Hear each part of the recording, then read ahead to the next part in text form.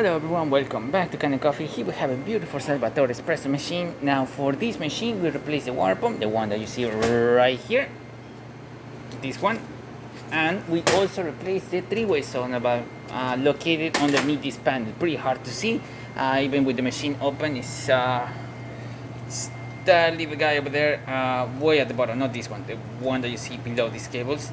Yeah, it's really in there. We also replace the water pump, this one that you see right here, and as you can see, new.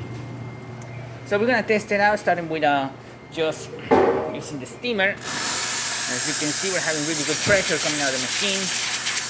Working perfectly fine. And now we're gonna back flush it. We've been back flushing this machine for a while, as you can see the water on the tray. So we're still removing a lot of the coffee residue inside the group head. So as you can see, it's back flushing perfectly. There's no leaks on the gasket or anything like that.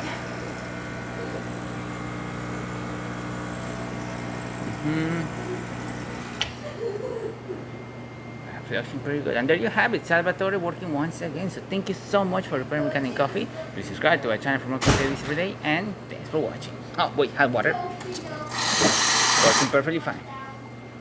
Thanks for watching.